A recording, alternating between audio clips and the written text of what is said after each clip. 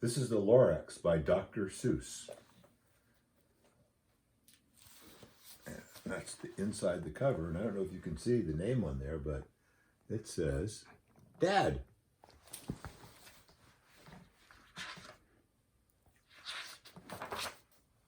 It's because it's Daddy's book. At the far end of town where the grickle grass grows and the wind smells slow and sour when it blows, and no birds ever sing excepting old crows, is the street of the lifted Lorax. And deep in the grickle grass, some people say, if you look deep enough, you can still see today where the Lorax once stood, just as long as it could, before something lifted the Lorax away. What is the Lorax, and why is he there? And why was he lifted and taken somewhere from the far end of town where the grickle grass goes? The old Onceler still lives there. Ask him. He knows.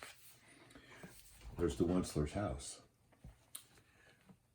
You won't see the Onceler, don't knock at his door. He stays in his lurkum on top of his store. He lurks in his lurkum cold under the roof, where he makes his own clothes out of mufford moof.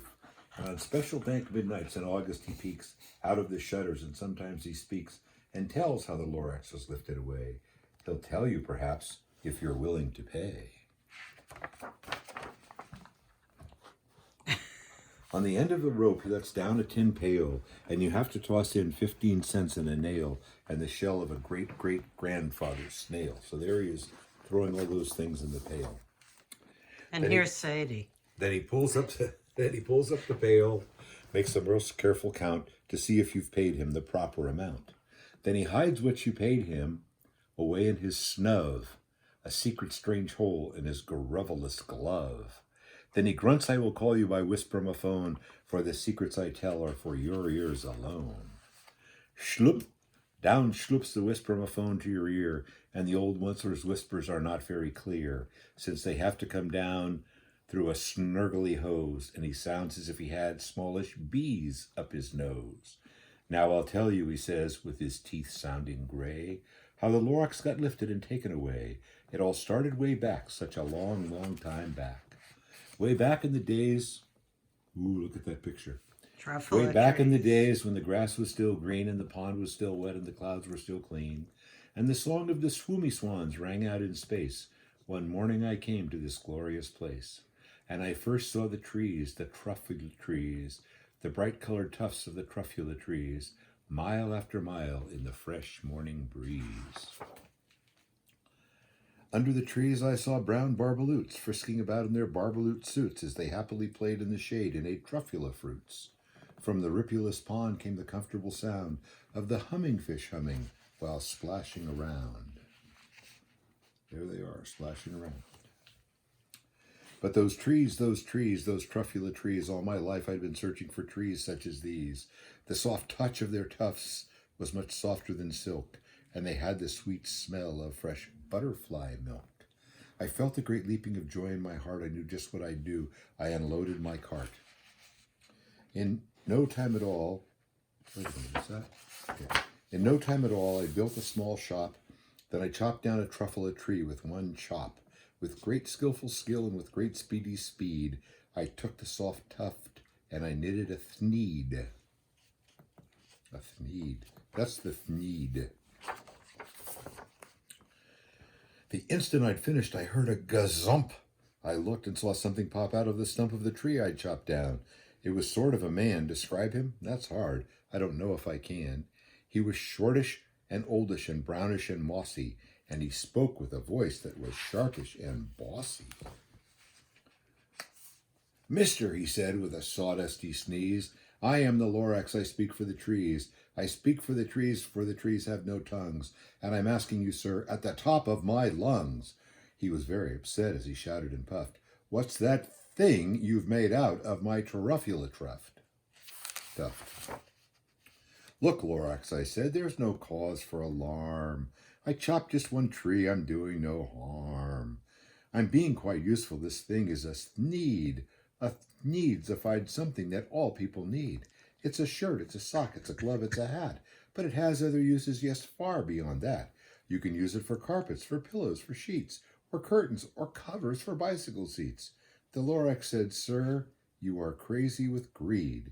There is no one on earth who would buy that fool Thneed. But the very next minute I proved he was wrong, for just at that minute a chap came along. He happily bought the Thneed. He thought the Thneed I had hidden was great, and he happily bought it for $3.98. I laughed at the Lorax. You poor stupid guy. You never can tell what some people will buy. I repeat, cried the Lorax, I speak for the trees. I'm busy, I told him. Shut up, if you please. I rushed across the room and in no time at all built a radio phone. I put in a quick call. I called on my brothers and uncles and aunts. I said, look here, here's a wonderful chance for the whole Wensler family to get mighty rich. Get over here fast. Take the road to North Nitch. Take a left at Weehawken, sharp right at South Stitch. And in no time at all in the factory I built, the whole Wensler family was working full tilt. We were all knitting Thneeds just as busy as bees to the sound of the chopping of truffula trees. Then, oh, baby, oh, how my business did grow. Now chopping one tree at a time was too slow. So I quickly invented my super axe hacker, which whacked off 4 truffula trees at one smacker. We were making Thneeds 4 times as fast as before, and that Lorax, he didn't show up anymore. But then the next week he knocked on my new office door. He snapped, I'm the Lorax who speaks for the trees, which you seem to be chopping as fast as you please. But I'm also in charge of the brown barbaloots, who played in the shades in their barbaloot suits, happily lived eating truffula fruits.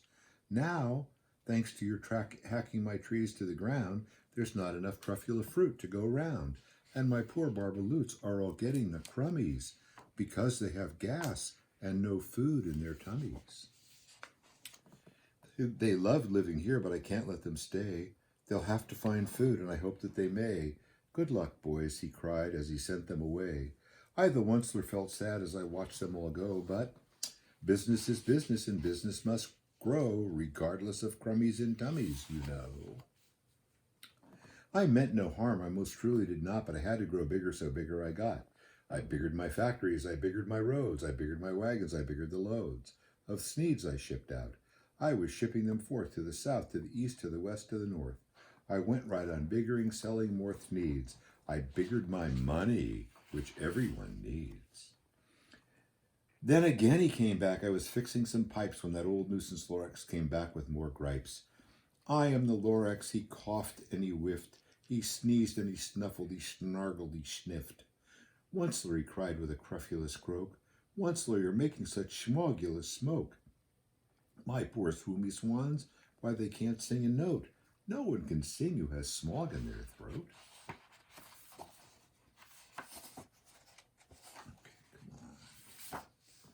And so, said the Lorax, please pardon my cough. They cannot live here, so I'm sending them off. Where will they go?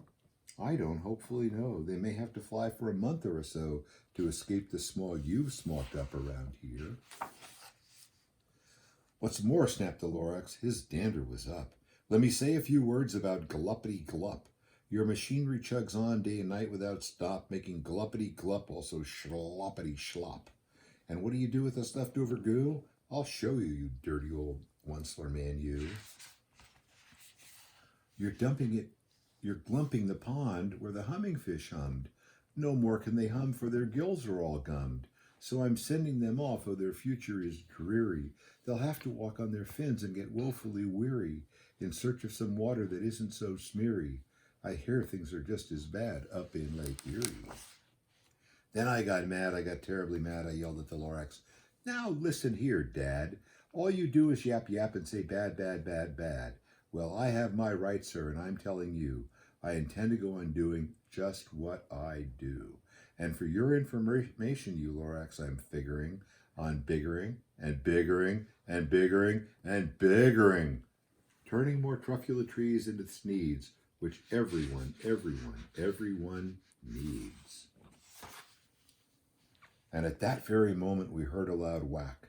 From outside in the fields came a sickening smack of an axe on a tree, and we heard the tree fall, the very last truffula tree of them all. No more trees, no more needs, no more work to be done. So in time, my uncles and aunts, every one, they all waved me goodbye. They jumped into my cars and drove away under the smog-smuggered stars. Now all that was left neath the bad-smelling sky was the big empty factory, the Lorax and I. The Lorax said nothing, just gave me a glance, just gave me a very sad, sad backward glance as he lifted himself by the seat of his pants. And I'll never forget the grim look on his face when he hoisted himself and took leave of this place through a hole in the smog without leaving a trace. And all that the Lorax left here in this mess was a small pile of rocks with the one word, unless. Whatever that meant, I just couldn't guess. But that was long, long ago. But each day since that day, I've sat here and worried away through all the years. While my buildings have fallen apart, I've worried about it with all of my heart. But now, says the Onceler, now that you're here, the word of the Lorax seems perfectly clear. Unless someone like you cares a whole awful lot, nothing's going to get better. It's not. So, catch, calls the Onceler. He lets something fall. It's a truffulus seed. It's the last one of all. You're in charge of the last of the truffula seeds, and truffula trees are what everyone needs. Plant the new truffula, treat it with care. Give it clean water and feed it fresh air. Grow a forest, protect it from axes that hack, and the Lorax and all of his friends may come back. The end. I love you guys. I hope you enjoyed The Lorax by Dr. Seuss. Sadie liked it.